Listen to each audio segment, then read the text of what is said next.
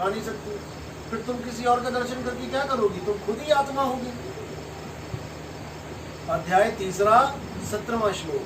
हे अर्जुन, जो अपनी आत्मा में लीन रहते हैं, जो अपनी आत्मा के अलावा किसी को सत्य नहीं मानते, जो अपनी आत्मा में स्थित हो जाते हैं, उनके ऊपर कोई धार्मिक कर्म कर्तव्य लागू ही नहीं होता। कोई पूजा नहीं, कोई पाठ नहीं, कोई तीर्थ नहीं, कोई मुहूर्त नहीं, कोई मंदिर मस्जिद गुरुद्वारा जाने की जरूरत नहीं। वो घर में ही परमात्मा को पा लेते हैं। नंबर 18 श्लोक क्या कहता है 3 अध्याय का? जो अपनी आत्मा में भ्रमण कर लेते हैं, आत्म सिद्ध हो जाते हैं, वो किसी अन्य जीव पर निर्भर भी नहीं रह जाते। अब ऐसा नहीं कि कोई कृष्ण जी आएगा, राम जी आएगा तब तुम्हें पार करेगा, या कोई गुरु जी आएंगे पार करेंगे। तुम खुद ही पार हो जाओगी, क्योंकि तुम वो हो गई हो जिसकी महिमा कृष्ण जी भी गाते हैं। क्या हो गई हो? आत्मा। तो आत्मा अजर है, अमर है, अविनाशी है। शरीर सबके नाशवान है। लक्ष्मण जी को तीर लगा, मूर्छा हुई कि नहीं हुई? और जरा तेज लग जाता तो क्या हो जाता? तो फिर जब भगवान ही मर गया तो फिर तुम कहाँ बचोगी? तुम उन भगवानों की पूजा कर रही है जो आते हैं, जाते हैं, मर जाते हैं। करनी किसकी पूजा है? हे अर्जुन, आत्मा नित्य है, शाश्वत है, आत्मा ही अमर है, आत्मा ही पूजनीय है। जो आत्मा को नहीं जान पाते वो अपना अनमोल मानुष्य जन्म बर्बाद करके चले जाते हैं। उनको 184 में जाना पड़ता है। कुत्ता, बिल्ली, हाथी, घोड़ा, गाय बन के घूमना पड़ेगा तुम्हें। कृष्ण जी की प्यारी गाय नहीं थी क्या? तो प्यारी थी तो इंसान चलो देते ना उसको, फिर 84 में क्यों भटका रखा है? इतना पूजा पाठ करके भी गरुड़ का प्यारा, गरुड़ किसका प्यारा? विष्णु जी का। इतना प्यारा तो इंसान बना देना उसको, क्यों पक्षी बना रखा है? तुम क्या जानवर बनना चाहती हो? तो प्यारा गरुड़ बना देगा वो तुम्हें, तुम्हारे ऊपर बैठ के सवारी करेंगे। इतना पूजा पाठ करके भी मनुष्य जन्म नहीं मिलता, मुक्ति नहीं मिलती, तो क्या फायदा क्या है? किसी की पूजा नहीं करनी है। कबीर साहब कहते हैं, जो तिलमाही तेल है और जो चकमक में आग, तेरा साईं तुझ में है, जाग सके तुझा। मेरा साईं ये मुझ में है तो मैं किसी और को क्यों देखूं भाई? मैं हिंदू हूं तो देख रहा हूं, मैं मुसलमान हो जाता फिर कभी कृष्ण जी का मुंह ना देखता। मैं ईसाइयों के पैदा हो जाता अमेरिका में, कृष्ण जी का तो मुझे अता पता भी ना लगता है कौन।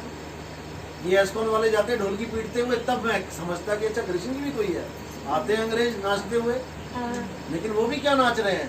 केवल शरीर समझ के। कृष्ण जी को शरीर समझ के नाचते हैं वो लोग। कृष्ण जी को आत्मा समझने वाला कोई नहीं मिलेगा। और जबकि कृष्ण जी ने आत्मा की ही महिमा गाई है। अध्याय 2 पढ़ो, पूरा आत्मा आत्मा आत्मा आत्मा ही कर रखा है। तो क्यों किया है आत्मा आत्मा? जब तुम भगवान हो तो अपना नाम लो ना हर अध्याय में। फिर आत्मा कहां से आ गई बीच में?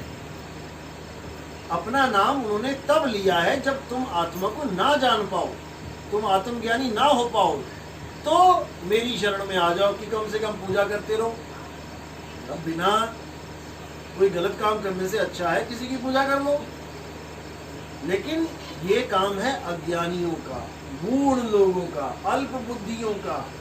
जिनकी मोटी बुद्धि है वो देवी देवताओं की पूजा करते हैं। और देवी देवताओं की पूजा यानी कि हम कृष्ण जी को भी देवता बना के पूछते हैं, क्योंकि मोटी बुद्धि है। अब पतली कहाँ से होए?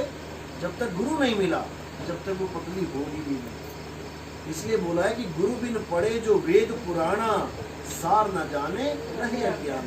तो सार जान ही नहीं सकता कोई, ग्रंथों में लिखा गया है। इसलिए आत्मा ज्ञान सबसे इम्पोर्टेंट है। कबीर साहब कहते हैं, आत्म ज्ञान बिना नर भटके, कभी काबा कभी काशी, और जल में मीन प्यासी, मुझे देखा आवे हासी। जब तक तुम्हें आत्मज्ञान नहीं हुआ तुम्हें कृष्ण कभी नहीं मिलेगा, सपने में भी नहीं मिलेगा तुम्हें। नहीं तो कृष्ण जी के कपड़े ही मिलेंगे। शेरावाली माता के कपड़े धोती रहो सारी उम्र, राम जी के कपड़े धोती रहो, लेकिन राम कौन है, कृष्ण कौन है, शेरावाली माता कौन है, कभी नहीं जान पाओगे। ऐसे ही तुम कौन हो ये भी नहीं जान पाओगी। तुम आदमी हो कि औरत हो? औरत हो ना। औरत कहाँ से हो तुम? ये तो शरीर है औरत का। तुम्हें शरीर मिल गया माँ के गर्भ में औरत का, तो तुम औरत का शरीर ढोके चलने लग गई। अंत में तुम औरत का शरीर भी छोड़ के चली जाओगी। वो कौन है जो गया? तो फिर आत्मा ना आदमी है ना औरत है। आत्मा आत्मा है। आत्मा कोई लिंग भेद में नहीं आता कि स्त्रीलिंग और पुल्लिंग। आत्मा आत्मा है। शरीर केवल तुम्हारी एक गाड़ी है। जैसे कार लेके आए हम लोग, अब कार कहाँ खड़ी है? कार बाहर खड़ी है। हम अंदर आ गए तो मैं क्या गाड़ी था कभी? मैं कोई कार था क्या? अगर मैं कार होता तो मैं बाहर ही खड़ा रहता। ऐसे ही अगर तुम औरत होती तो तुम कभी जाती ना छोड़ के। तुम तो औरत हो, औरत का शरीर पड़ा है, तुम कहाँ से चली गई? तुम औरत नहीं हो, मैं आदमी नहीं हूँ, ये बच्चे नहीं हैं, ये शरीर हैं। इन शरीरों को हर एक जीवात्मा चला रही है और एक दिन केले के छिलके की तरफ फेंक के निकल जाएगी। जैसे तुम शरीर नहीं हो वैसे ही तुम्हारा भगवान शरीर है। तुम शरीरों से परे हो, भगवान भी शरीरों से परे हो। समझे? तो ये साइड जो देवी देवता है, हम यहाँ पूछते हैं तो वो कहाँ रहते हैं? मतलब सब कल्पनाओं में रहते हैं। मैं बता रहा हूँ ना, जितने भी लोग हैं कल्पना के लोग हैं। ये जो ये दुनिया दिख रही है ये भी कल्पना ही है, लेकिन ये इतनी सॉलिड कल्पना है कि तुम्हें लगता है ये सच है। सत्य है। ये सच है।